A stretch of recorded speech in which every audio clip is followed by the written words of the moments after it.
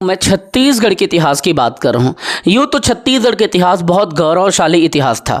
छत्तीसगढ़ के इतिहास को जब भी हम पढ़ते हैं, जब भी हम देखते हैं प्यारे बच्चों, तो दो बातें आपके सामने आती हैं।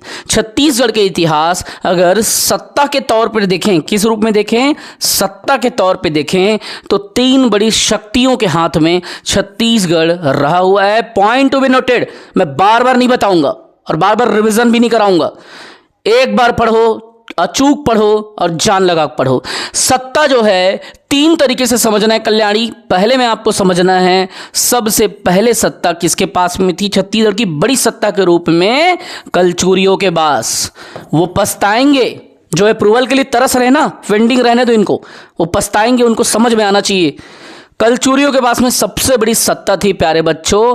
छत्तीसगढ़ में किसी जगह 750 साल किसी ने शासन किया, कलचुरी ने किया। किसी किताब में छत्तीसगढ़ की सत्ता की बात आती है कल्याणी 1200 वर्षों तक, जिसमें अंधकार युग भी शामिल है। दूसरे हिसाब से छत्तीसगढ़ की जो सत्ता थी वो मराठाओं के हाथ में थी। और आज से हमारा छत्तीसगढ़ का श्री गणेश कर रहे हैं इतिहास का, तो जान लगा देना, एकदम शिद्दत से पूरा अटेंशन क्लास में डालना, क्योंकि इससे बेहतर अटेंशन भरा क्लास आपको देखने को नहीं मिलेगा। और सुनिएगा प्यारे बच्चों, आप लोग अच्छे से देखिए। पहले हमने कलचुरी बताया, फिर मराठा बताया। तीसरा बड़ा सत्ता जो था कल्याणी मीनाक्षी बेटा, ये अंग्रेजों के हाथ में था। किसके हाथ में? अंग्रेजों के हाथ में। जब भारत देश गुलाम बना, जब भारत में व्यापार करने यूरोपी यहां पे आए, तो यूरोपी कैसे आए? यूरोपी आप ही के बीच से लोगों को टारगेट करता था, कहता था कि मुझे आपके यहाँ सिर्फ कोठी खोलनी है। क्या बोलूँ इन लोगों को यार, मैं इतना गुस्सा आता है मुझे। जब लिंक पहले दे दिया गया है दिव्या, तो लेट में ज्वाइन क्यों कर रहे हो? कल से ऐसा नहीं चलेगा, सिर्फ समय पे आना है, नहीं तो आप पीछे हो जाओगे और मैं नहीं चाहता आप लोग पीछे रहो। मैं एक बार आप लोगों को समझा देता हूं, दोबारा गलती नहीं होना चाहिए। अगर मैं 7:15 में आने की बात कर रहा हूं तो 7:15 में लाइव होना है, अदरवाइज अप्रूवल में नहीं दूंगा। व्हाट्सएप में भी मैसेज मत करना मेरे को, सर प्लीज मुझे जोड़ दो, मुझे जोड़ दो। सबको समझा रहा हूं मैं।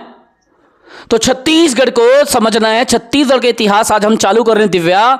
छत्तीसगढ़ के इतिहास तीन तरीके से लोगों ने यहां पे अपना सत्ता का काबिज किया।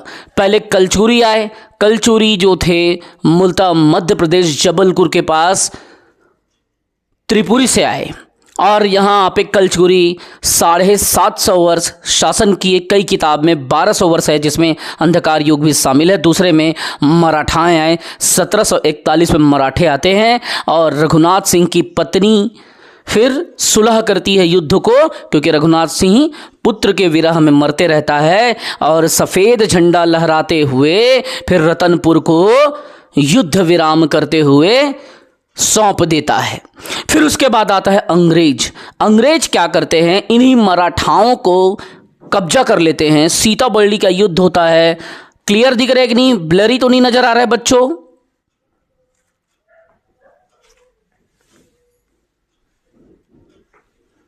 क्लियर दिख रहा है आप लोगों को कि नहीं? मेरे को कमेंट करके बता दो। एक मिनट, चलिए।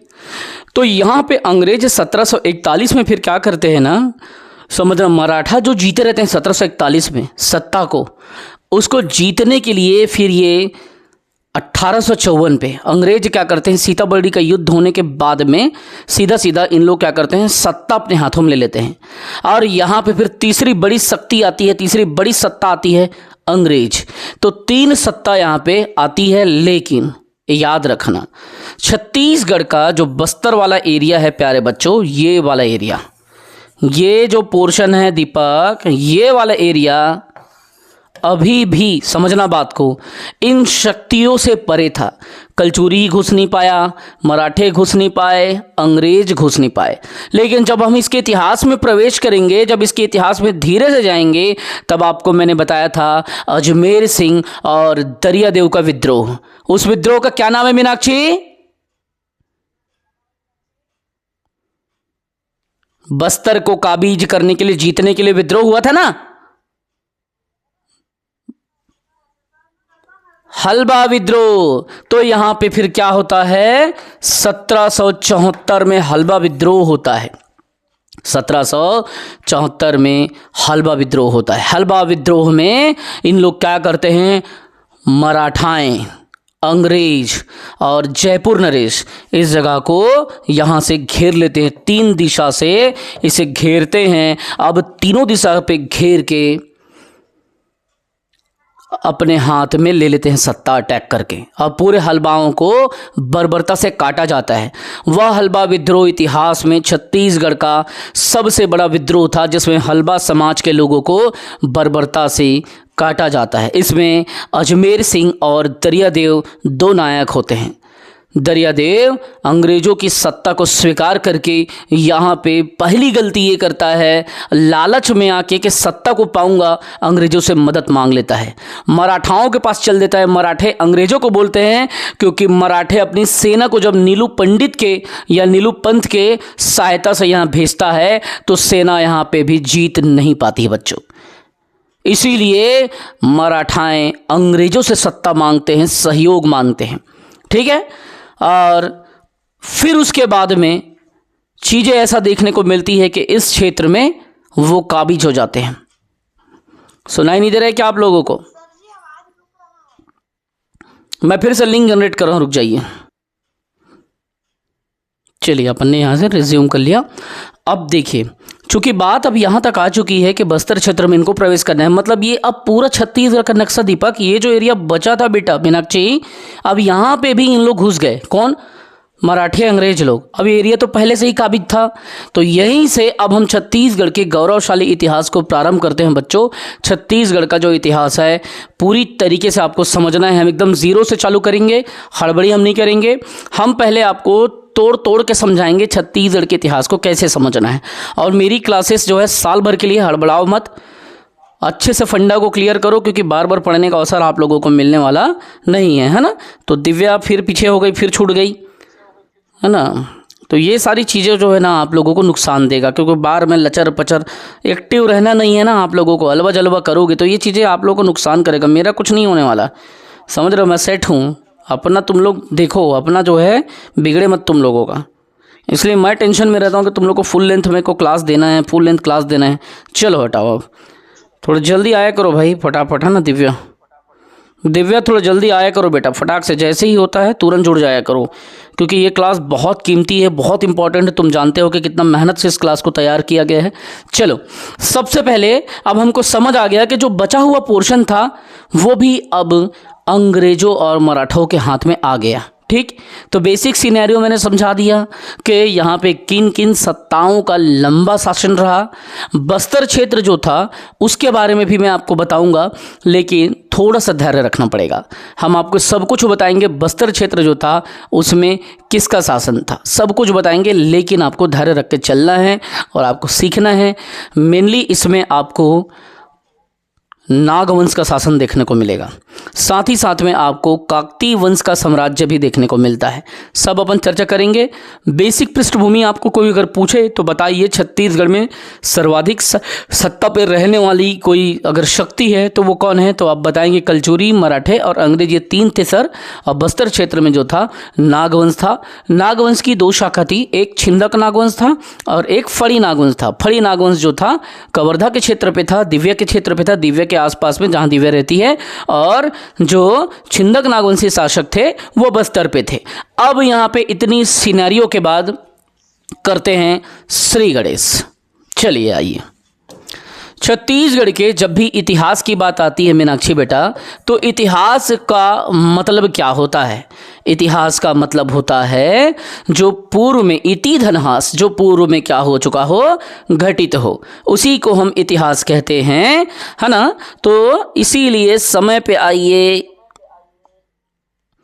इतिहास जो पूर्व में क्या हो चुकी है, घटित हो चुकी है। अब देखिए, इतिहास को जब समझना है इसको, तो इसके तीन कैटेगरी में आपको इसको तोड़ना है ना। मैं जानता हूँ आप सभी होशियार हैं, पहले से पढ़ लिए हैं और सबको पता है इतिहास तीन भाग में बांटा जाता है, बट फिर भी थोड़ा सा धैर्य रखिए और इसको समझने की कोशिश कीजिए। सबसे पहले छत्तीसगढ़ के हम जब इतिहास की बात कर रहे हैं तो हम प्राचीन इतिहास को यहाँ पे बात करेंगे कि छत्तीसगढ़ के प्राचीन इतिहास में क्या क्या देखने को मिले। दूसरे में जो इतिहास है वो मध्यकालीन इतिहास या मध्य का इतिहास।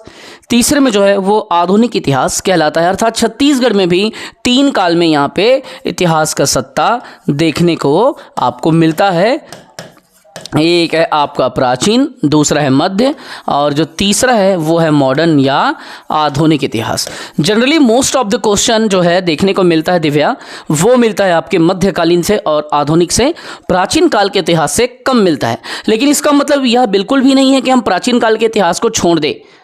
We can not left it, okay.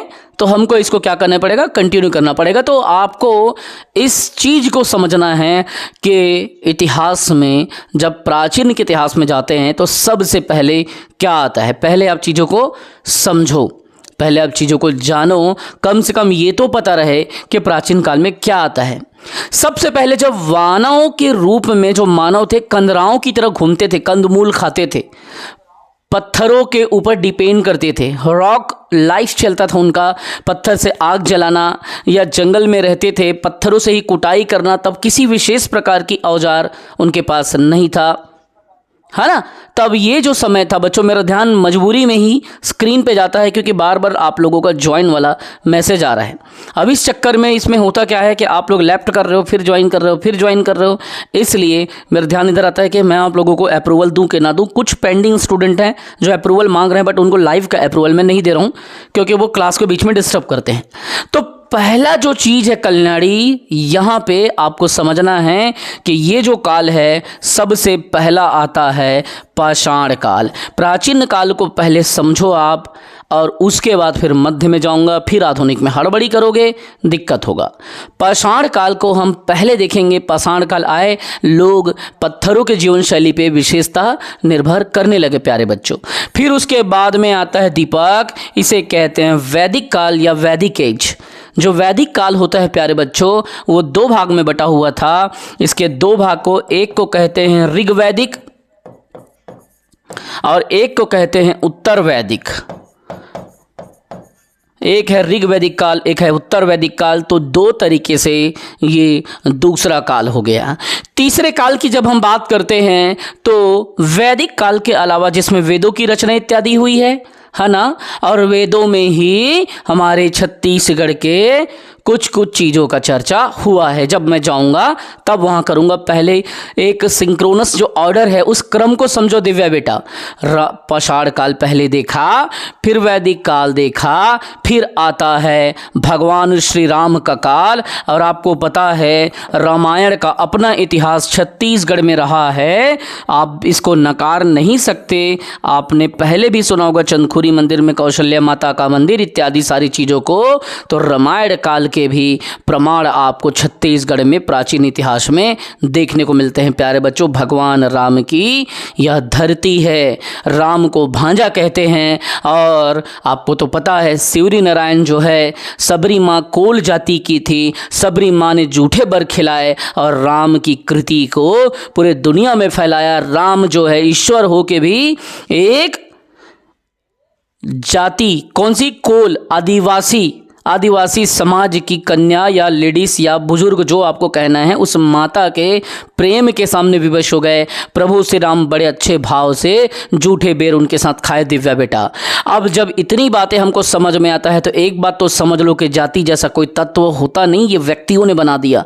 जब राम ने कोल वंशी के हाथों से जूठा बेर खा दिया तो फिर बात ही क्या है। तो इसीलिए तो मैं कहता हूं तुमको कल्याणी, सबको बेटा, मीनाक्षी, लधेर, कि जाति ना पूछ रे बंदे, साधु की पूछ ले उससे ज्ञान, और मोल कर तरवार का पड़ा रहे दो मयान। फिर इसके बाद में आता है मीनाक्षी बेटा महाभारत का काल।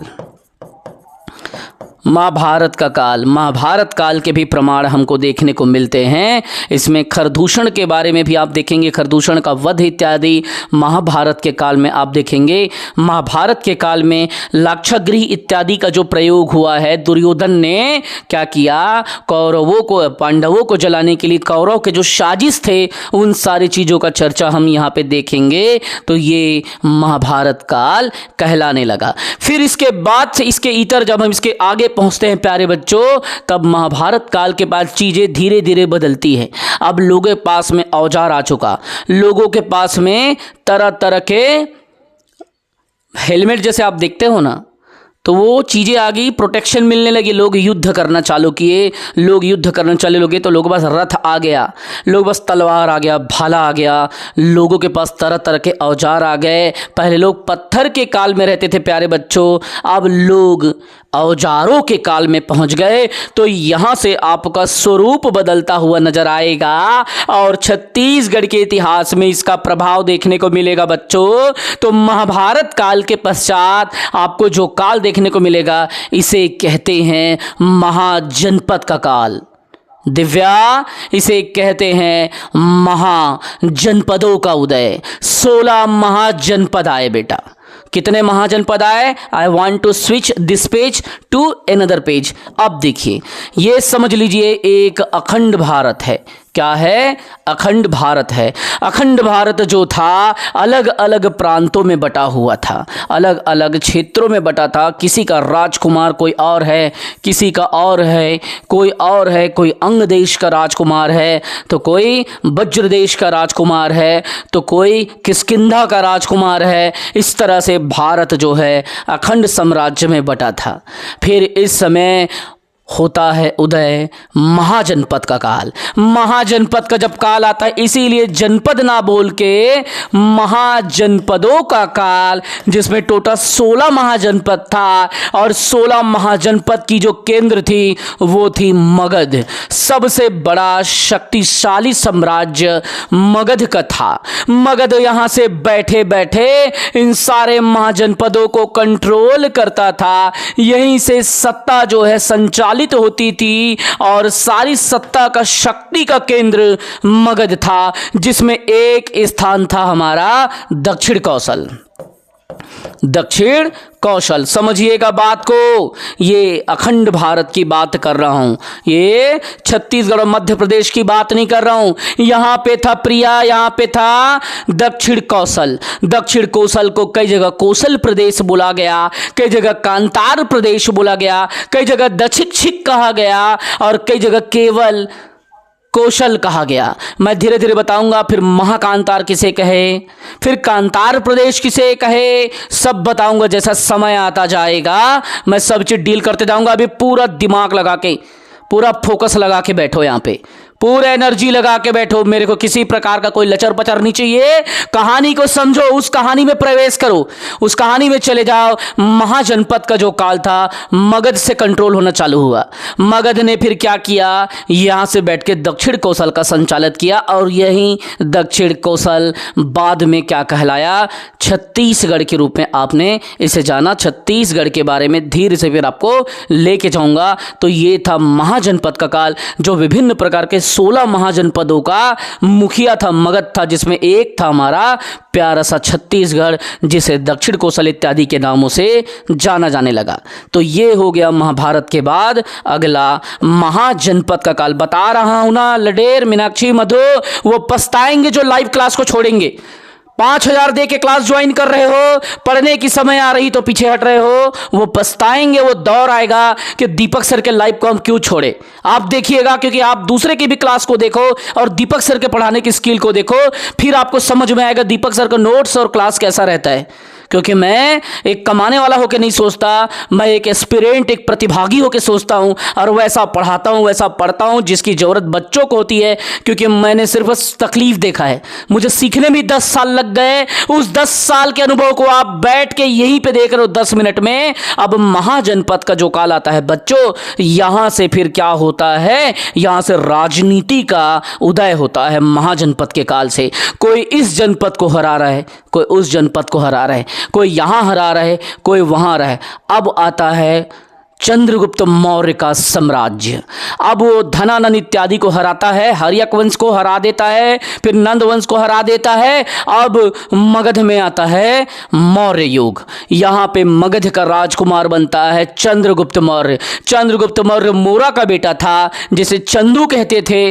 चाणक्य ने उसे उठाया और चाणक्य ने तैयार किया। चाणक्य ने कहा कि चंदू, तुझे राज करना है अखंड भारत पे, तुझे 16 महाजनपदों का राजकुमार बनना है।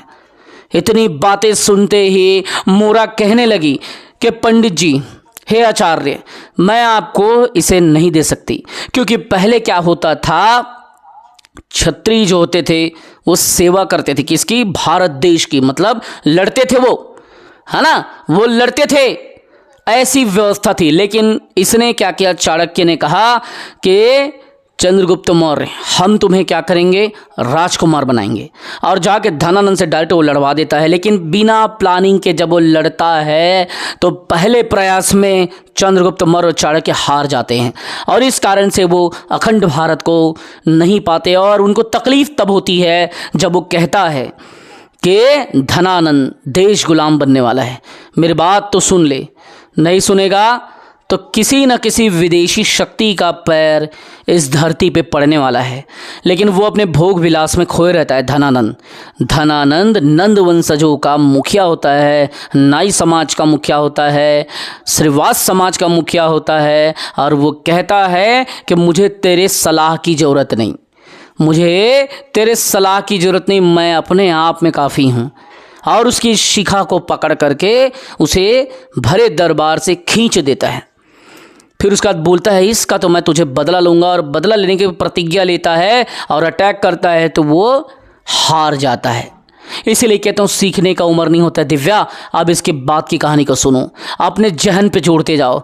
बगल में एक माँ खिचड़ी बनाते रहती है, उसका बेटा कटोरी पकड़ता है और गरम खिचड़ी में हाथ डाल के निकालने की कोशिश करता है। तो उसकी माँ कहती कि हे लाला, तो क्या कर रहा है, अरे तू तो वो गलती कर रहा है, तू तो वो गलती कर रहा है जो चाणक्य ने किया। अब इसी बात को, माँ के बात को, वहाँ पे जो एक गरीब तबके की माँ रहती है धनानंद के राज्य में, चाणक्य छुपे रहता है वहाँ, सुनते रहता है। अपनी जान बचाने के लिए वो और चंद्रगुप्त मौर्य दोनों छुपे रहते हैं। तो इस बात को सुनता है, तू ये क्या कर रहा है लाला, तू तो चंद्रगुप्त मौर्य और चाणक्य जैसे कर रहा है, जिसकी ना कोई रणनीति थी ना कोई प्लानिंग था, सीधा जाके चंद्रगुप्त मौर्य का सहयोग लेके अटैक कर दिया। किस पे, धनानंद पे। तो धनानंद को अगर मारना है तो ऐसे ही मत कर, खीर को खाना है तुझे, खिचड़ी को, तो डायरेक्ट हाथ से मत डाल, पहले तू औजार पकड़, औजार पकड़, कटोरी पकड़, फिर उसके बाद से तू चिमटी पकड़, फिर तू निकाल, फिर उसके बाद इसको हवा दे, हवा देने के बाद इसको फूंक, उसके बाद देख के तो ये तैयार हुआ है कि नहीं। अगर ये तैयार हुआ है तब इसको खानी, तो पेट तेरा खराब कर देगा, हाजमा नहीं हो पाएगा और तेरा जीभ भी जल जाएगा। तब चाणक्य को समझ आता है, रे बाबा, मैं तो डायरेक्ट धनानंद पे अटैक कर दिया। और धनानंद अपने रूप का, कई रूपों का राजकुमार बना के तैयारी करके रखा था कि कोई धनानंद पे अटैक करे तो वो मैं ना रहूं, वो कोई और रहे। तो दूसरे को वो धनानंद बना बना करके रखे रहता था। तो ये बात चाणक्य को समझ आया, अखंड भारत में राज करना है तो नियम से चलना पड़ेगा, रणनीति बनाना पड़ेगा, और रणनीति ऐसी होगी जिसमें अनुशासन होगा। और हम क्या कर रहे हैं, थोड़ी सी सैन्य शक्ति पाई, अटैक कर दिया। इसीलिए कहता हूं बच्चों कि व्यक्ति फेल नहीं होता, मीनाक्षी, व्यक्ति कभी फेल नहीं होता, दीपक, फेल होता उसकी रणनीति, उसकी प्लानिंग। अब बात को स्विच करो मौर्य साम्राज्य में। अब दक्षिण कौशल को अटैक कर देता है, सीधा जीतता है चंद्रगुप्त मौर्य, इसका मालिक हो जाता है। चंद्रगुप्त मालिक हो जाता है। तो यहाँ पे अगला जो साम्राज्य आएगा, 1 2 ABCDE। अब यहाँ पे अगला मैं आपको लेके चलता हूँ F। तो ये हो गया आपका मौर्य युग। अब चंद्रगुप्त मौर्य जो है वो 16 महाजनपदों का राजकुमार हो जाता है। फिर उसके बाद मौर्य साम्राज्य अपना तरीका सुधारता है। चीज़ों को समझता है, धनानंद का वध करता है और चंद्रगुप्त सत्ता में आता है। चंद्रगुप्त इतना बड़ा शक्तिशाली था जिसने जैन धर्म लास्ट में अपना लिया, और इसके बारे में मैं आपको बताऊंगा जब आप मुझसे कभी भी कोई दूसरा सब्जेक्ट पढ़ो, इतिहास पढ़ो, संविधान पढ़ो, भूगोल पढ़ो, कुछ भी पढ़ो, तब मैं आपको बताऊंगा। लेकिन अभी चीज़ों को बारीकी से समझो। मैं I am not going to given to all of you approval here, okay? So don't try to do it. Message कर रहे हैं, व्हाट्सएप कॉल कर रहे हैं। तो देखिए अब इससे हुआ क्या कि मौर्य युग के बाद में यहाँ पे फिर एक सत्ता आया।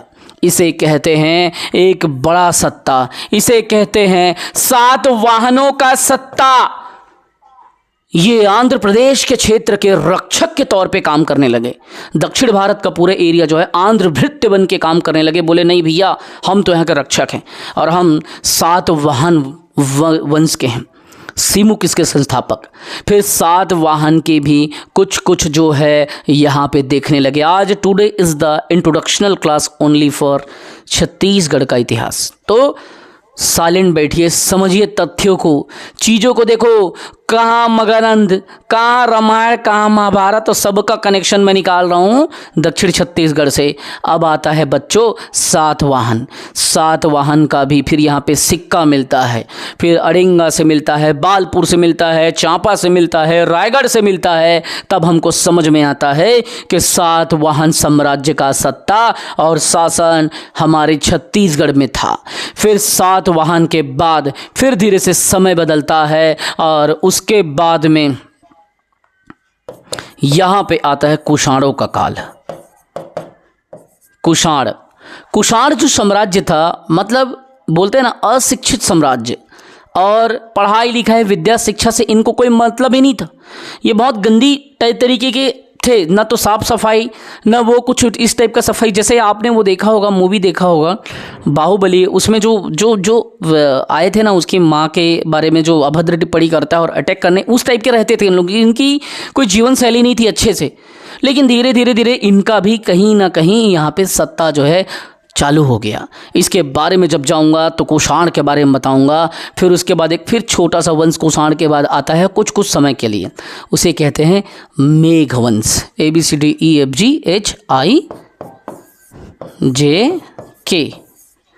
मेघवंश यहाँ पे आता है। मेघवंश का भी कुछ ज़्यादा यहाँ पे रोल नहीं है, बस आता है और जो जो वंश यहाँ पे आए हैं मैं आपको बता रहा हूँ। मेघवंश के पश्चात फिर एक समय आता है और एक बड़ा शक्ति के रूप में वाकाटक साम्राज्य आता है। तो वाकाटकों का छत्तीसगढ़ पे एक बड़ा रोल था। मैं सब बताऊंगा, बस समय के हिसाब से लो। ये बड़ा रोल वाला है सातवाहन, कुषाण, वाकाटक, ये सबका बड़ा भूमिका रहा है यहाँ पे शासन प्रशासन चलाने में।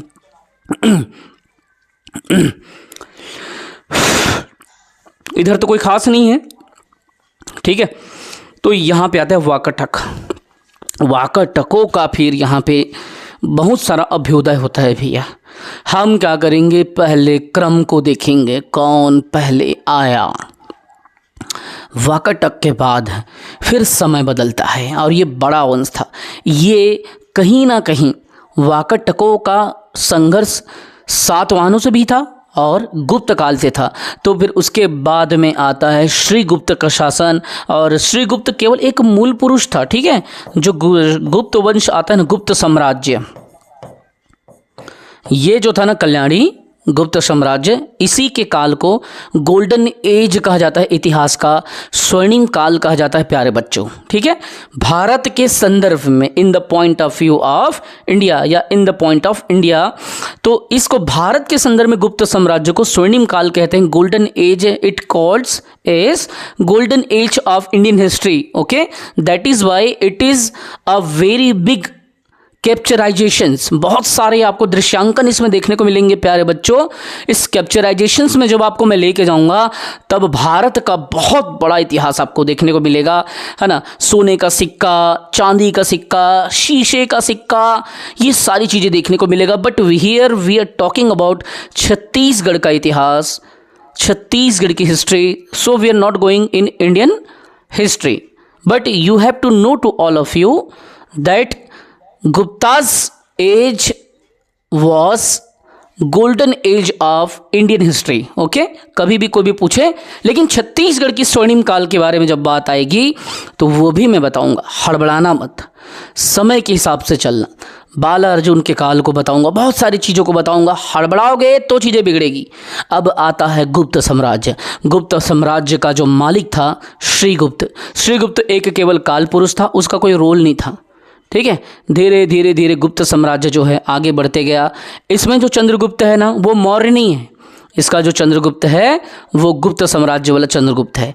चंद्रगुप्त आएगा, विष्णुगुप्त आएगा, कुमारगुप्त आएगा, है ना, धीरे धीरे हर्षगुप्त आएगा। सब चीज़ों को आपको बताऊंगा और हर्षगुप्त का संबंध भी आपको बताऊंगा। सिरपुर के पांडु वंश वगैरह भी पढ़ाऊंगा, गुप्त वंश साम्राज्य भी बताऊंगा, पांडु वंश भी बताऊंगा, फिर रानी वासष्टा देवी के बारे में भी बताऊंगा, फिर उसके बेटे के बारे में भी बताऊंगा। बस जो जो आएगा, जैसा आएगा, अपन चर्चा करते जाएंगे और ये सारी चर्चा सार्थक तथ्यों पे होगी, सार्थक चीज़ों पे होगी, जो आपके परीक्षा के संदर्भ में काम आएगा। फिर उसके बाद में गुप्तों का पतन हो जाता है। गुप्तों का पतन हो जाता है। अब जितने भी आपने वंश देखा मेरे प्यारे बच्चों, जितने भी आपने यहाँ के तक HIJ जितने भी आपने वंश देखा, एक भी वंश यहाँ पे छत्तीसगढ़िया साम्राज्य नहीं है। कोई ना कोई बाहर से ही आया है। ध्यान से देखिए, पॉइंट टू बी रिमेंबर। पछाड़ काल में कोई दई ददा नहीं है। वैदिक काल में वो पुराण सुराण में चर्चा है, थोड़ा सा है, ज़्यादा नहीं है। रामायण काल में भगवान राम का हमको पता चलता है, ठीक है, वो भी यहाँ के भांजे थे। महाभारत काल में भी थोड़ा सा देखने को खरदूषण वगैरह का मिलता है। महाजनपद का काल ये भी कंट्रोल हो रहा है, कहाँ से? मगध से, है ना। फिर मौर्य भी बाहर से आए, शातवाहन भी बाहर से आए, कुषाण भी बाहर से आए, मेघ भी बाहर से आए, वाकाटक भी बाहर से आए, गुप्त भी बाहर से आए। मतलब ABCDEFGHIJK। बाप रे, ABCDEFGHIJK 4 6 8 9 10 11 11 सत्ता। एक भी छत्तीसगढ़िया नहीं, एक भी लोकल नहीं। अब यहाँ पे इस तथ्य को समझना है, जो प्राचीन सत्ता है ना, वो 2 वर्गों में है। तो इसी को मैं यहाँ पे अभी आपको फिर अंदर लेके जाता हूँ। 2 वर्ग में एक जो है वह बाहरी सत्ता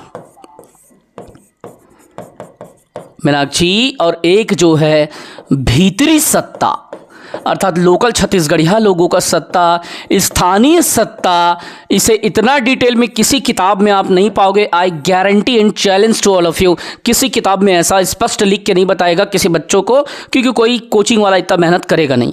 ठीक है, तो एक सत्ता, बाहरी सत्ता में ये सब आ गया मीनाक्षी बेटा। और मधु, भीतरी सत्ता में अब कौन आएगा? चलो स्विच करो। अब 4 4 9 10 11 सत्ता, 11 शक्ति के बाद इसे हम यहाँ पे लेके चलते हैं भीतरी सत्ता। यहाँ से एक युग का उदय होता है, जिस युग में अब स्थानीय जो लोग होते हैं, स्थानीयों का शासन देखने को मिलता है। तो इसमें जो वंश आता है, इसे मैं यहाँ पे के के बाद क्या आता है? ABCDFGHIJK L आता है ना, L। ये हो गया आपका राजसी तुल्य या राजर्षि तुल्य कुलवंश।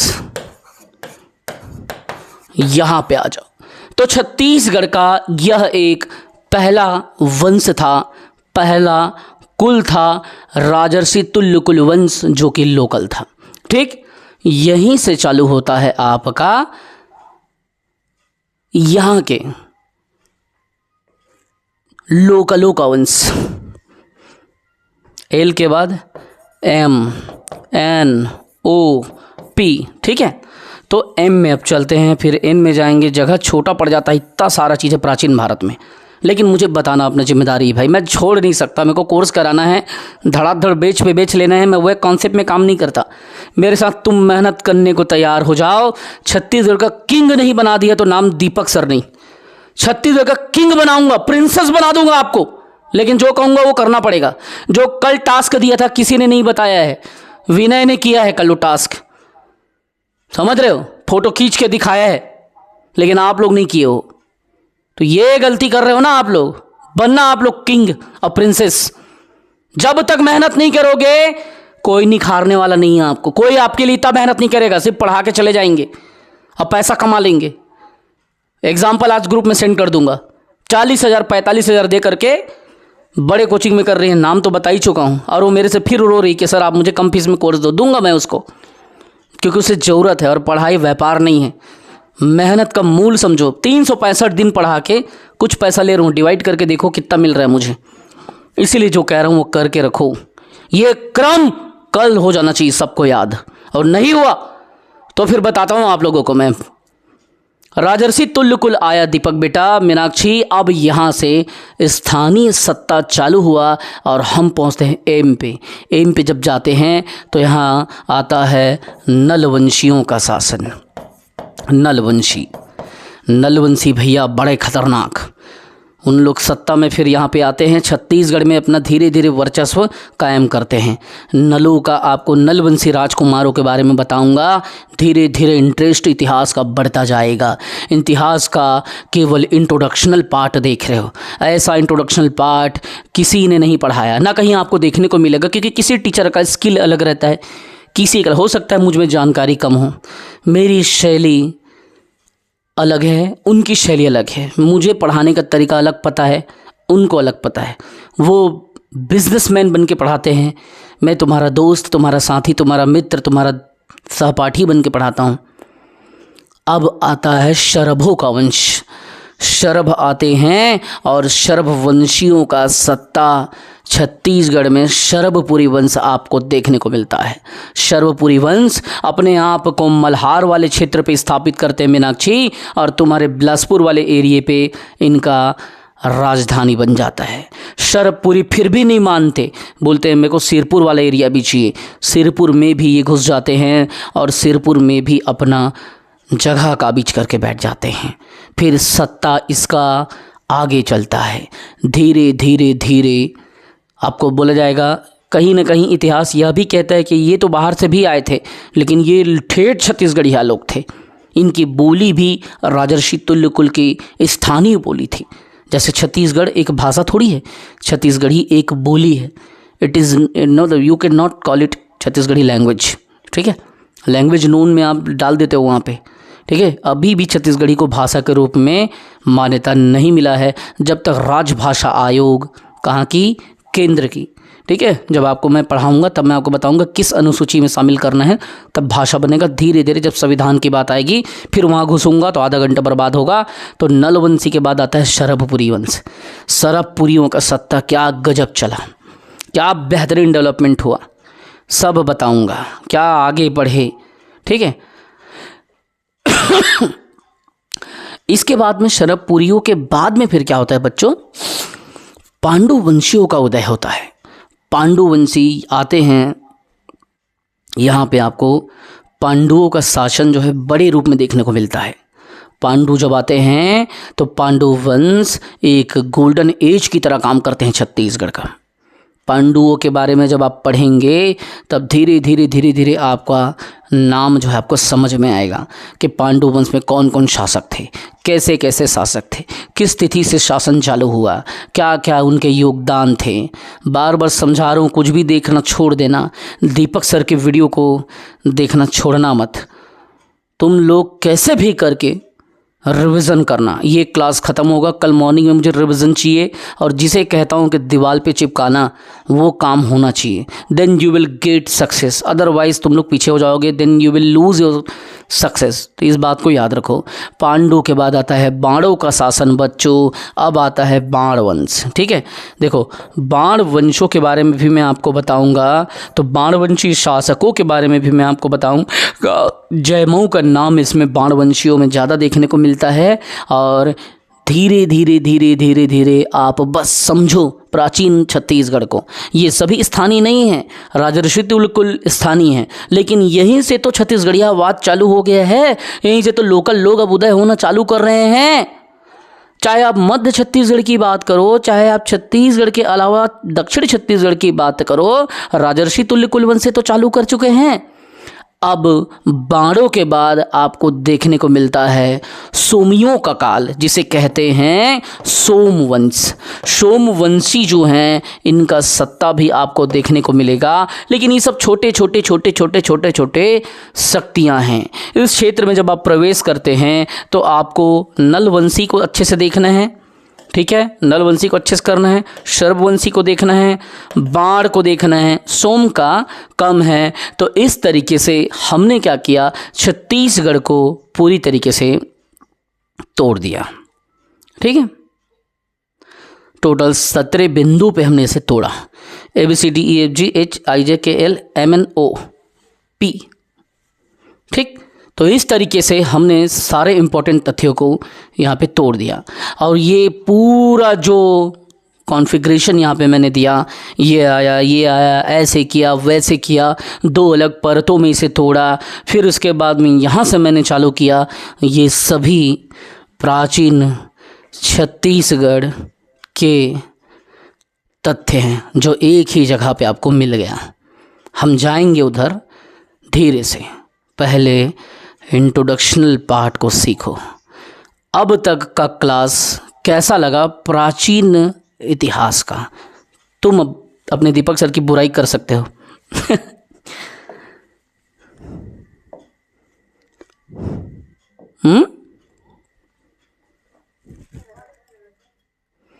कहने को अच्छा लगा कि वाकई में अच्छा लगा? पैसा दियो, खुल के बुराई कर सकते हो।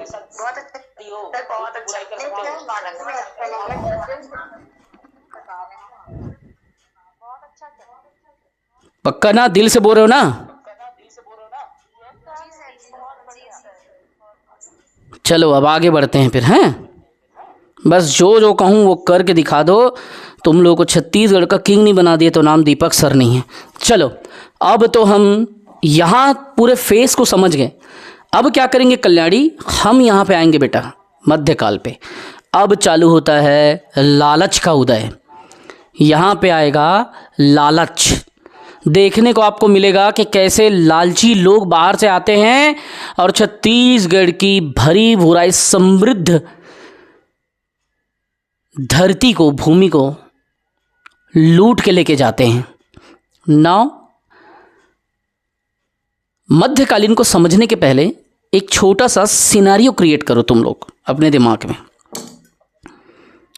ये मोबाइल को साइड रखा जाए।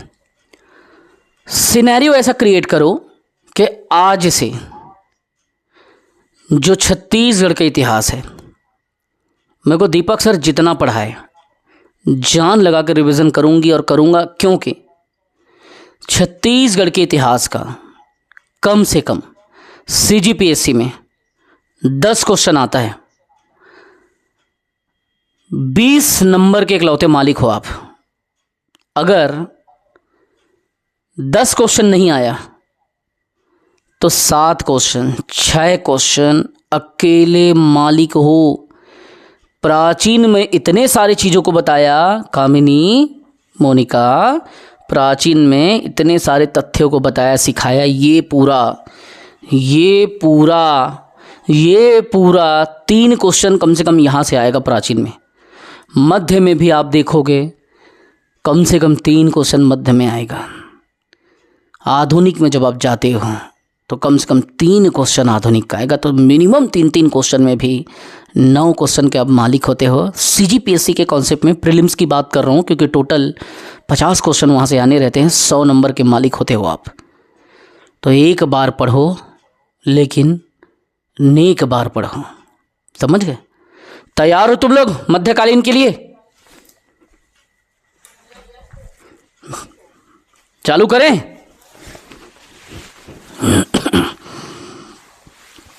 तुम मला का है, तुम तो घर में बैठे है, तुम मस्त गरम गरम कपड़ा ओढ़ के बैठे है, और दीपक साला पूछत घलो नहीं यार, ये हमर साला ठंड लगत होई के, है ना? चलो आ जाओ बच्चों। Now we are going to start medieval history of Chhattisgarh. ये आपका हो गया मध्यकाल। मध्यकाल को अब समझिएगा एक कॉन्सेप्ट से। अब लूट और लालच की जो लड़ाई है ना, वो हावी हो चुकी। लोगों के दिमाग में ये बस गया कि हमें ऐसे राज्य को कैप्चर करना है जो सीधा राज्य हो। जानता ना छत्तीसगढ़ियान कतका सीधा होते। लोगों के मन में ये बस गया।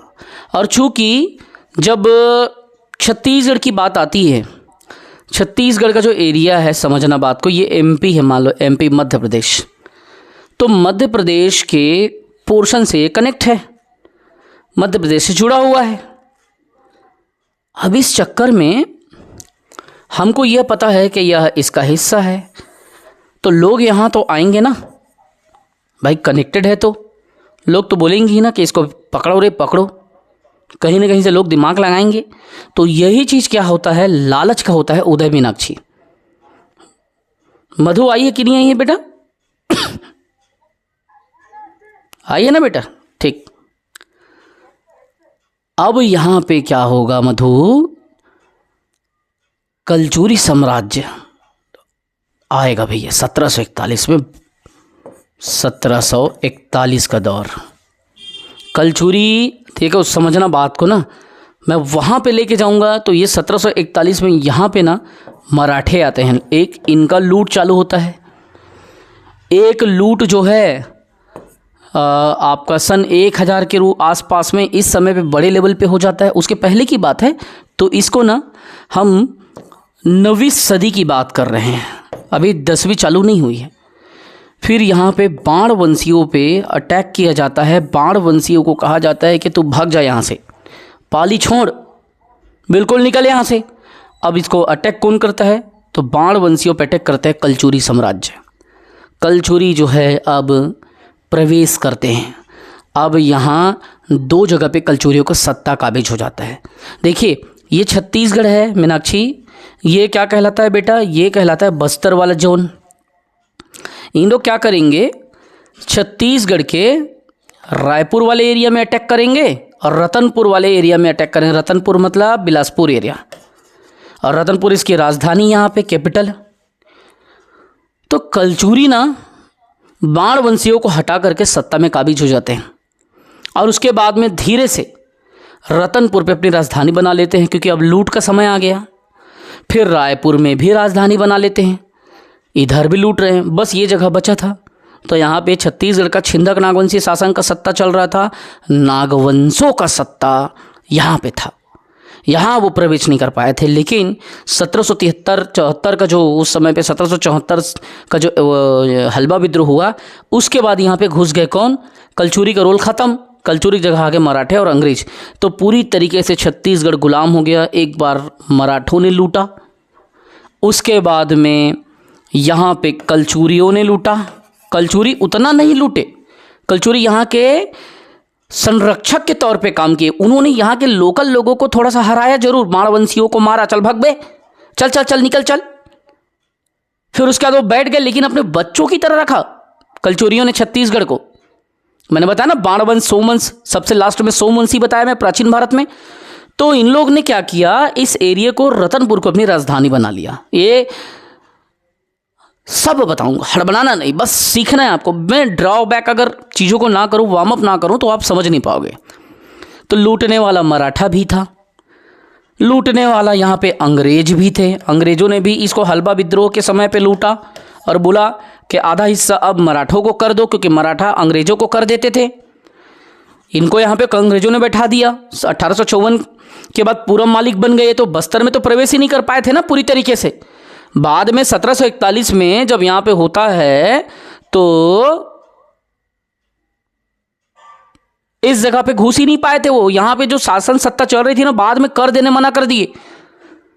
59,000 की वार्षिक टकोली जो बताया था, वो कर देना यहाँ पे बंद कर दिया। सब भोपाल देव, महिपाल देव, इनका सत्ता आया जब, बोले हम लोग नहीं देंगे, जो गलती हमारे दाई दादा करके गए हम काबा करबो। फिर होता है बस्तर में विद्रोह, समझो अब बात को।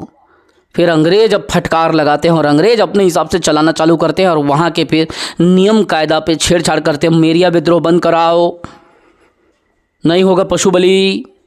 जबकि आदिवासियों का सबसे बड़ा मतलब एक मान्यता है पशु बलि, वहाँ चलता था, नर बलि चलता था, तो नर बलि को बंद करो। अब ये सारी चीज़ों पे हस्तक्षेप करना चालू कर दिए।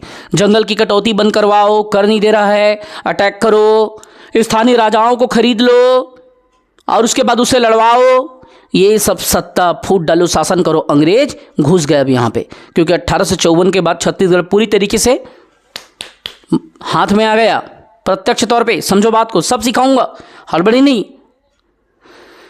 अब ये सारी चीज़ों से मध्यकालीन का उदय होता है बच्चों। यही चीज़ मैं आपको समझा रहा था कि सबसे पहले कलचुरी आता है। कलचुरी रतनपुर को पकड़ता है, एक शाखा रायपुर को जाकर लूटता है। शिवनाथ नदी के उत्तर में 18गढ़, शिवनाथ नदी के दक्षिण में 18गढ़, तो छत्तीसगढ़ को इन लोग पकड़ लेते हैं।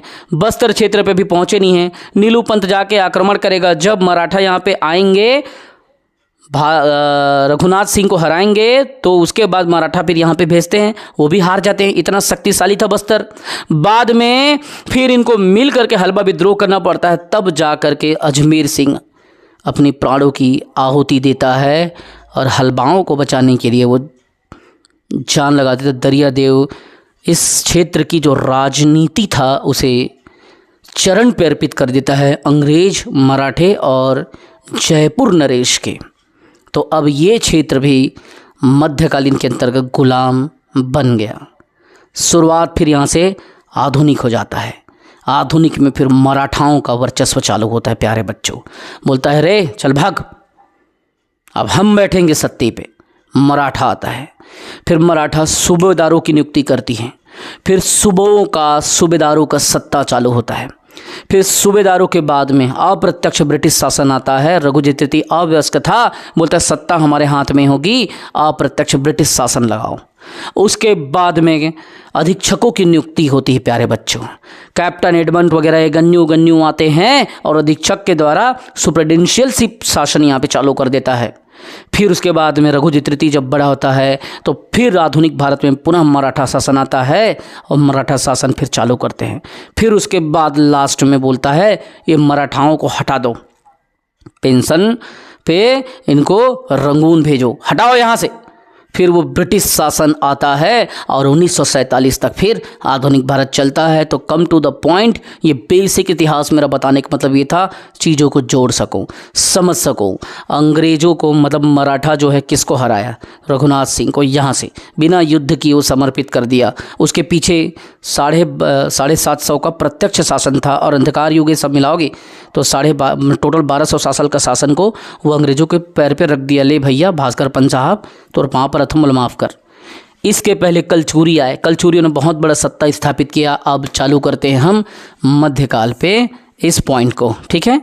धैर्य रखो, सीखो दीपक सर कैसे पढ़ाते हैं। दीपक सर क्यों बार बार कहते हैं कि पढ़ो ऐसा कि पढ़ा सको। दीपक सर के स्किल को समझो, किस चीज़ को कहाँ पे जोड़ता है दीपक सर, और उस हिसाब से खुद को तैयार करो। यह बहुत अच्छी नीति है जब कोई अपने आप को स्वीकार करे कि मुझे भी अपने आप को तैयार करना है और यहाँ पे वो प्रयास करता है। तो यहाँ पे आएगा रतनपुर।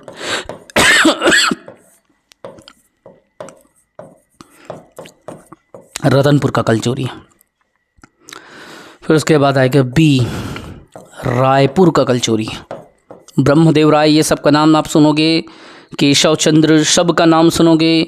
अब कलचुरी जो है समझ गए कि छत्तीसगढ़ में तो कोई बड़ी सत्ता नहीं है, जितना हो सके इस जगह को लूट लो। पहले यहाँ पे पूरा मध्य छत्तीसगढ़ को ताबड़तोड़ लूटे।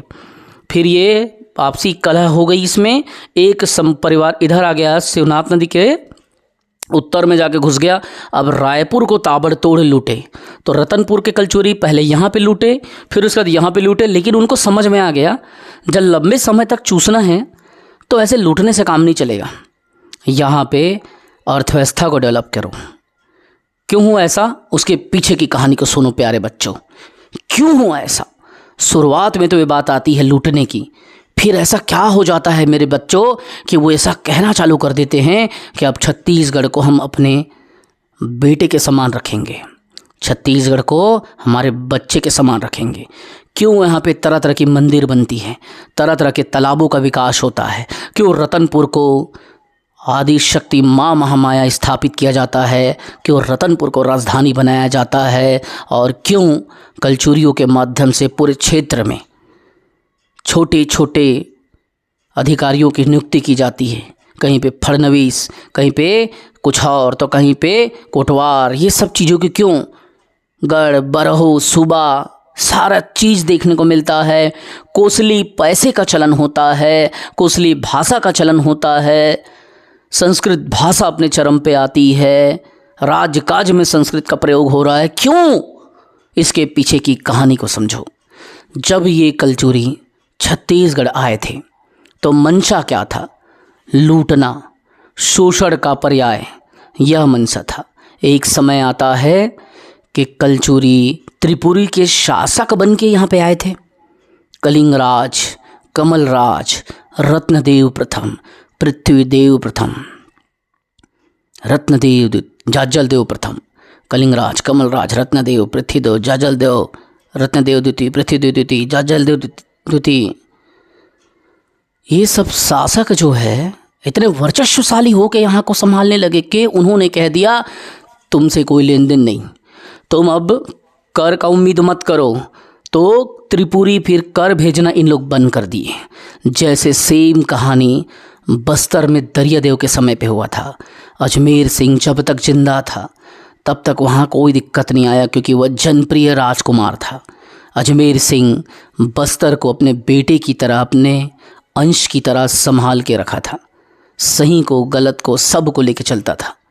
लेकिन ऐसा क्या हुआ कि बस्तर करद राज्य बन गया मराठा और अंग्रेज़ों का और जयपुर नरेश का, क्योंकि लालच वहाँ पे हावी हो गई। दरियादेव खुद के भाई को मरवा दिया। अब इस चक्कर में अजमेर सिंह मारा गया, तो वो भी दरियादेव कर देते रहा। लेकिन धीरे धीरे जब सत्ता बदलती गई, उसके बेटे आते गए, बेटे के बेटा आते गए, वो भी कर देना मना कर दिए। सेम वही कहानी ये करके बैठे थे कलचुरी बोले कर नहीं देंगे, जो करना है कर लो। तो त्रिपुरी राजकुमार गया कर्ण का आक्रमण होता है। एक आक्रमण चंद्रपुर के पास होता है, जांजगीर चांपा जो था पहले, अभी तो मेरे ख्याल से शक्ति में आता है, उसका आक्रमण यहाँ पे होने लगा। फिर उसको विफल किए इन लोग, जाजल दूती लोग। फिर उसके बाद फिर से आक्रमण होने लगा, तरह तरह का आक्रमण झेले। लेकिन लास्ट में त्रिपुरी समझ गया किसी की धरती पे उतर के उसे हराना बहुत बड़ी बात है, बेहतर है हम उसे आक्रमण करने से मना कर देते हैं। क्योंकि जब वहाँ पे सत्ता स्थापित हुई थी तो शक्ति भंगुर थी, छोटी थी, कमज़ोर थी। आज सत्ता स्टेब्लिश हो चुकी है, ना कि शुरुआत कर रही है। सत्ता कीर्तिमान स्थापित कर चुकी है, तो वहाँ पे अटैक हमको नहीं करना है। और इस कारण से सारे बच्चों इस बात के तथ्यों को समझो। छत्तीसगढ़ को अपने बेटे की तरह अब कलचुरी प्रेम करने लगे। जितने भी राजकुमार आए छत्तीसगढ़ को लूटने की कोशिश किए। कलचुरी की भी मंशा थी यहाँ से लूट के कर भेजना, भेजे भी। लेकिन समय बदला, इतिहास बदला, गवाह बदले, स्वरूप बदला। अब छत्तीसगढ़ का विकास होना चालू हुआ। छत्तीसगढ़ की रानियों के द्वारा सत्ता संभाला गया। समय बदलते गया बच्चों, और इससे हुआ ये कि छत्तीसगढ़ से अब कर जाना बंद हो गया। इस कारण से त्रिपुरी भी अब यहाँ से कट गए। तो इन्होंने फिर क्या किया, राज परिवार में विद्रोह हुआ, राज परिवार में लालच पैदा आया। एक परिवार रायपुर आके अब बोला कि भाई ठीक है तो बैठ रतनपुर में, मुझे शिवनाथ नदी के उत्तर वाले एरिया पे शासन करने दे, तो शिवनाथ नदी के दक्षिण वाले एरिया पे शासन कर, रतनपुर तेरा और रायपुर आरंग वाला एरिया पूरा बेल्ट मेरा। कोई बात नहीं, दोनों आपस में मिल के खाएंगे और दोनों आपस में पोषण करेंगे। और उन्होंने पोषण किया। चलते गया रतनपुर का इतिहास काफ़ी विकसित हुआ, रायपुर का इतिहास काफ़ी विकसित हुआ। एक वंश का उदय हुआ जिसे कहते हैं नागवंश। बस्तर में अभी तक काकतियों का वंश, में धैर्य रखना, हड़बड़ाओगे तो दिक्कत है, ठीक है। बस्तर में काकती अभी पहुंच नहीं पाए हैं, समझो अब बात को, धीरे से बताऊंगा। एक वंश का उदय हुआ, ये वंश अब जो तीसरे नंबर पे आया ये नागवंशी थे। नागवंशी, नागवंशियों की दो शाखा बच्चों।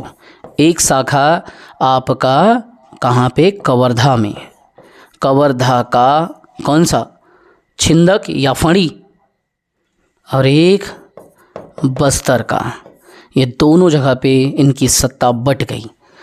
कवर्धा पे फड़ी नागवंशियों ने शासन किया, बस्तर पे छिंदकों ने शासन किया, है ना। छिंदक नागवंशियों ने बस्तर पे शासन किया। अब शासन और वृहद होते गया, मतलब छत्तीसगढ़ का कोई भी एरिया, चाहे आप रायपुर रतनपुर वाले एरिया देखो, चाहे ये पूरा बेल्ट देखो, चाहे सरगुजा बेल्ट, सब ये ले लिया उधर को, और ये नीचे ये ले लिया। फिर भी यह शासन धीरे धीरे धीरे धीरे धीरे धीरे चल रहा था। ये एरिया जो बचा था, अब यहाँ नागवंशियों का सत्ता काबिज हो गया। एक समय आया, इसी के एरिए में कांकेर बैठा हुआ था चुपचाप। कांकेर में कोई छेड़छाड़ नहीं हुआ था, बस्तर के अंतर्गत भले आ जाता है। उस समय वो स्वतंत्र रियासत था, रियासत बाद में बना स्वतंत्र क्षेत्र था। अब आता है इसमें कांकेर का सोमवंश। कांकेर पहुंचते हैं और सोमवंशी यहाँ पे बैठते हैं। सोमवंशी यहाँ सत्ता को चलाते हैं, और तब कांकेर का नाम होता है कारकाय। कारकाय कांकेर बाद में बना, कारकाय से कांकेर। कारकाय पे सोमवंशी अब उदय हो चुके थे। फिर समय आता है दक्षिण भारत का। दक्षिण भारत के क्षेत्र में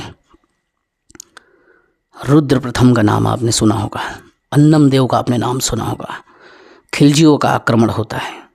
खिलजियों का जब आक्रमण होता है तो उस समय के जो काकतीय वंश थे, वो अपना एक मूर्ति बना के, खुद के हाथों में जंजीर, सोने की मूर्ति बना के, जंजीर पहना के खिलजियों के सामने पेश कर देता है।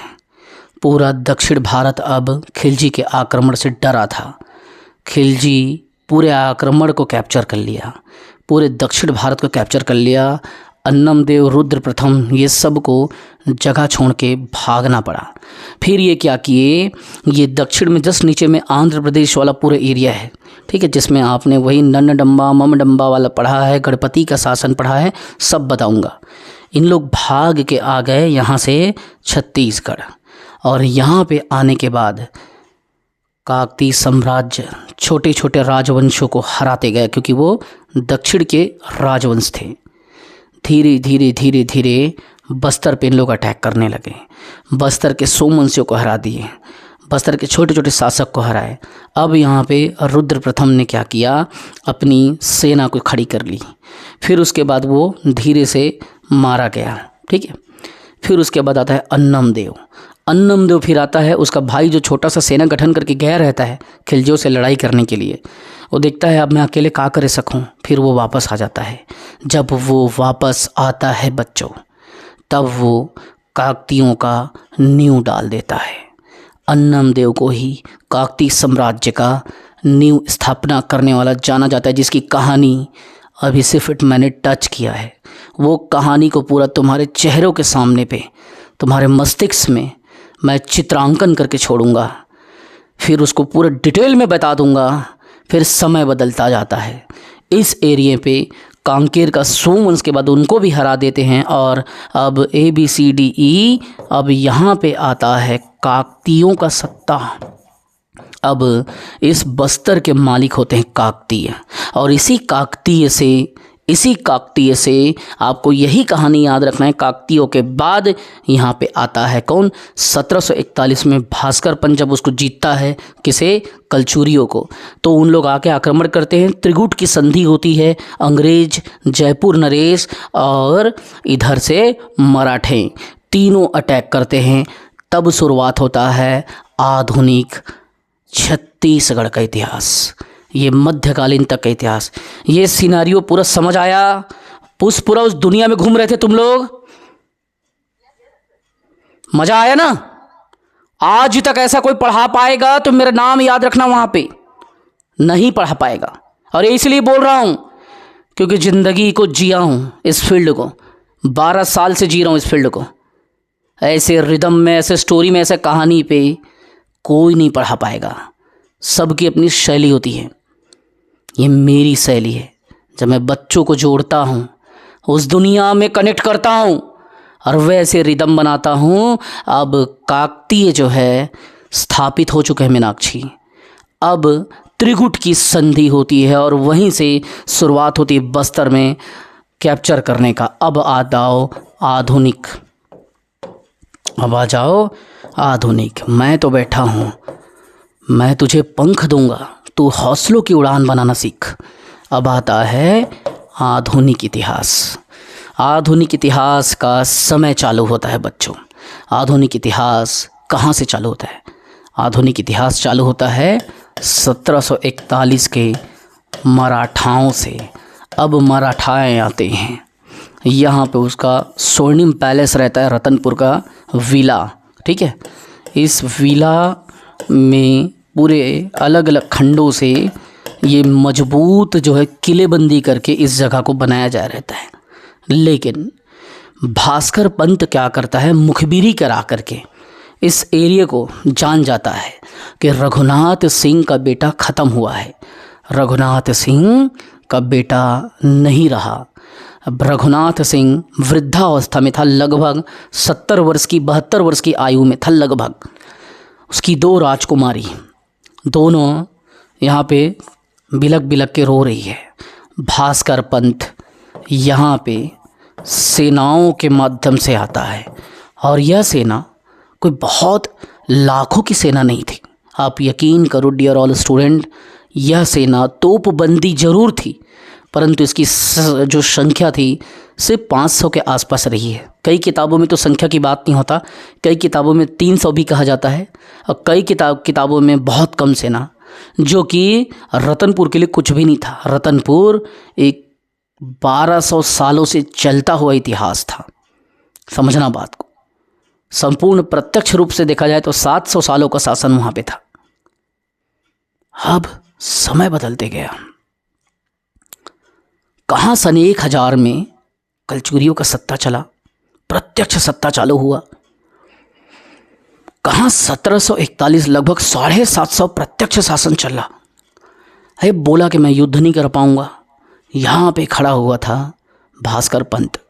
भास्कर पंत क्या किया, झाए से एक गोली यहाँ पे दागा इस जगह पे, पहला किला ढह गया। भास्कर पंत फिर बोला एक और बारूद दागो, दूसरा किला ढह गया। रतनपुर बारूद देख के कांपने लगे। पहली बार इतना विशाल बारूद देखे थे, क्योंकि छत्तीसगढ़ शांति प्रिय जगह था। कलचुरी जो पहले लूटने के मंशा से आए थे 750-800 साल पहले, वो अब बदल करके स्थानीय मंशा हो गई। रतनपुर को, किले को, जो कमज़ोर दीवार था, मुखबिरी के माध्यम से उसी किले को उड़ाया ताकि हम अंदर प्रवेश कर सकें। और पूरा घर में, पूरा कुल में विरह की स्थिति थी। अगर भास्कर रघुनाथ सिंह एक बार कह देता कि जाओ युद्ध करो, तो कहते हैं कि हजारों की सेना खाली रतनपुर में थी, बाकी सेना आसपास के गांव में थी, आसपास के जमींदारों के पास थी, आसपास के उनके सामंतों के पास थी। एक संदेश भिजवाता तो युद्ध होते होते बाकी सभी सेना पूरे प्रांत से आ जाते। भास्कर पंत ने प्रयास नहीं किया और इस कारण से इस जगह पे राजकुमारी, 2 राजकुमारी थी भास्कर पंत की, दोनों ने सफ़ेद झंडा उठाया और युद्ध विराम किया। भास्कर पंत ने क्या किया, ठीक है मैं तुम्हें अपने अंतर्गत बैठा के जा रहा हूँ, ठीक है। तो यहाँ से चालू हुआ मराठाओं का अप्रत्यक्ष शासन। मराठाएं आए तो 1741 में सबसे पहले ए में तुमको यहाँ पे लिखना है मराठों का सत्ता, फिर इधर आ जाओ बी, इधर आ जाओ सी, इधर आ जाओ डी। अब मराठाएं अपने मुखबिरी के माध्यम से 2 जने यहाँ पे सेना को नियुक्त किया और बोला कि इन्हें कुछ नहीं होना चाहिए, तुम अब मेरे गुलाम हो, जब तक चाहूँ तब तुम यहाँ पे बैठो। फिर एक समय आया, रघुनाथ सिंह को हरा दिए, बोले तुम निकलो यहाँ से, तुम नहीं हो लायक, ठीक है। हुआ क्या, इसकी भी कहानी सुनो। रघुनाथ सिंह मृत्यु शैया पे सोया हुआ था, तो वहाँ पे सरदार सिंह जो उसको चाचा था, उसको बोला कि मैं जिसको राजा बनाने के लिए बोला हूँ वो तो शिकार करने गया है। एक काम करो, तुम ही बैठ जाओ सत्ता पे, तुम ही राजकुमार बन जाओ। अब वो अपने चाचा को बना दिया। तो जो व्यक्ति आया, धीरे से जाऊँगा फिर नाम में कन्फ्यूज़ हो जाओगे। जब उधर से थर्ड पार्टी आया जिसको राजकुमार बनना था, वो हो गया क्रोधित। बोले तुम मुझे प्रॉमिस किया था और तू बना दिया प्रिंस किसी और को, वो भी तुम्हारे चाचा को। ऐसा नहीं चलेगा। राज सिंह, सरदार सिंह, रघुनाथ सिंह, ये तीनों की गलती के चक्कर में अब जिस व्यक्ति को प्रिंसिपल बनाना, मतलब प्रिंस बना था, राज सिंह, नाम बताऊंगा, सब चीज़ बताऊंगा, अभी रुको, थोड़ा सा कंफ्यूज हो जाओगे, उसका ट्रिक बताऊंगा तो याद कर पाओगे। वो आदमी जो राजकुमार बनना था, रघुनाथ सिंह से नाराज होके मराठाओं को बुलाने चला गया। ठीक है, तभी मराठा सत्ता यहाँ पे आई, क्योंकि वही जाके मुखबिरी किया कि घर का भेदी लंका ढाए। उसी ने बताया कि ये 2 किलो को हटा दो, ये दोनों किलो को हरा दिए तुम्हारा पूरा सेना घुस जाएगा, 500 का सेना में पूरा ख़त्म, सब लोग, पूरा हवेली पे कब्जा हो जाएगा। उसी ने कह दिया। और बाद में फिर इसको कुछ टाइम के लिए राजकुमार बना दिए। जिसने मुखबिरी की थी वो बन गया राजकुमार। लेकिन ये जनप्रिय नहीं था। जो मुखबिरी करेगा वो जनप्रिय कैसे होगा? अगर मैं तुम्हारी ही बुराई करूँगा तो तुम मुझे थोड़ी ना इतना प्रेम, इतना इज्जत दोगे, इतना सम्मान दोगे। आज तुम्हारे अक्षरों से, तुम्हारे शब्दों से, तुम्हारे अल्फाजों से इतना रिस्पेक्ट, इतना प्रेम जो मुझे मिलता है, कहीं ना कहीं मेरे कर्म के कारण मिलता है। अगर मैं ही तुम्हें संतुष्ट ना कर पाऊँ, मैं ही तुम्हें ठगूँ 10,000, 8,000, 5,000 ले करके और तुम्हें 2 महीने में छत्तीसगढ़ को ख़त्म कर दूँ। छत्तीसगढ़ एक लौता बाप है सारे विषय का, जैसे 8 महीने में भी लोग ख़त्म नहीं कर पाएंगे। तब तो मैं 1 घंटे की क्लास बोला था, तुम लोग को याद है, फिर भी डेली 2 घंटे पढ़ाता हूँ, तो कैसा चलेगा? तो मुखबिरी के व्यक्ति ज़्यादा दिन टिक नहीं पाया, फिर बोलता है तू हट यहाँ से। अब सूबेदारों का शासन चालू होता है। इसे कहते हैं मराठा युग में सूबा शासन। ध्यान से समझो, अब यहाँ पे सूबा शासन चालू होता है। सूबेदार महिपतराव दिनकर साहब आते हैं, वो अपना सत्ता चलाते हैं। राजकुमारी से जो रानी थी उनसे विद्रोह हमेशा होते रहता है। सब बताऊंगा, पहले रिदम को समझो, स्टोरी को समझो। 2 घंटे में मैंने पूरा प्राचीन, मध्य और आधुनिक के पूरे अनुभव को आपके सामने कहानी के माध्यम से पिरोया है। फिर आता है 1854 के समय का आसपास का समय, रुको। फिर उसके बाद आता है अप्रत्यक्ष ब्रिटिश शासन। अप्रत्यक्ष मतलब डायरेक्ट ब्रिटिश शासन इन्वॉल्व नहीं हुआ, लेकिन वो अपने माध्यम से सुपरिटेंडेंट वगैरह रखवा करके करना चालू कर दिया। तो तीसरा इसी को कहते हैं इनडायरेक्ट एंग्लो गवर्नमेंट या इनडायरेक्ट एंग्लो रूल। तो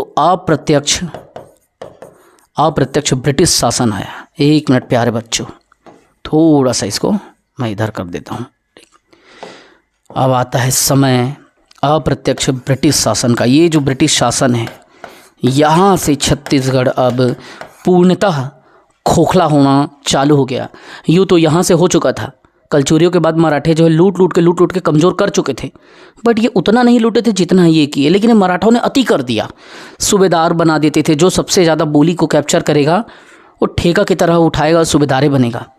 ये सब सीखोगे आप, सब जियोगे आप। अभी आप बोलोगे क्या पढ़ाए हो सर, ज़िंदगी में कभी नहीं सोचे थे कि आप कोई ऐसा पढ़ा देगा।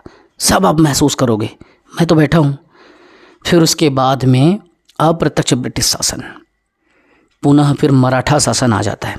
जब रघुजी तृतीय बड़ा होता है, एडल्ट होता है, जवान होता है, बोलता है सत्ता मराठों को दे दो, क्योंकि जनता आक्रोश में है। जनता तब चुप रहेगी, कमांड हमारे हाथ में हो। शासन चलाए कौन? लोकल, वहाँ जो राजकुमार बन के बैठा है। तो बात नागपुर की कर रहा हूँ, बात मराठों की कर रहा हूँ। मराठे एक बड़ी शक्तिशाली थे प्यारे बच्चों। इंदौर के होलकर, नागपुर के भोसले, ग्वालियर के सिंधिया, समझ रहे हो? ये बहुत बड़ी शक्ति थी। अगर इसमें आपसी फूट नहीं होता तो ये अंग्रेज को कब का हरा चुके थे। मैं आपको इतिहास के उसमें जब जाऊंगा कभी भी, इंडिया के इतिहास में, तब बताऊंगा कि कैसे इनको हराया था। अंग्रेज कांप गए थे। अंग्रेज वैसे ही डचों से, पुर्तगालियों से कांपते थे जब वो यहाँ पे बैठे थे। पीडीबीडीएफ, उसका ट्रिक बताया था मैं। पी फॉर पुर्तगाली सबसे पहले आए, D for Danish, B for British, तो डच, डेनिश, ब्रिटिश ये सब आए, ए फॉर फ्रांसीसी। सब बताऊंगा। इतिहास वाले उधर घुसूंगा तो वो पीएससी का इतिहास का सब्जेक्ट में घुस जाऊंगा, इसलिए जाना नहीं चाहता। सबका संबंध एक दूसरे से जुड़ा है, इसलिए चर्चा करना पड़ता है, इसलिए जाना पड़ता है प्यारे बच्चों।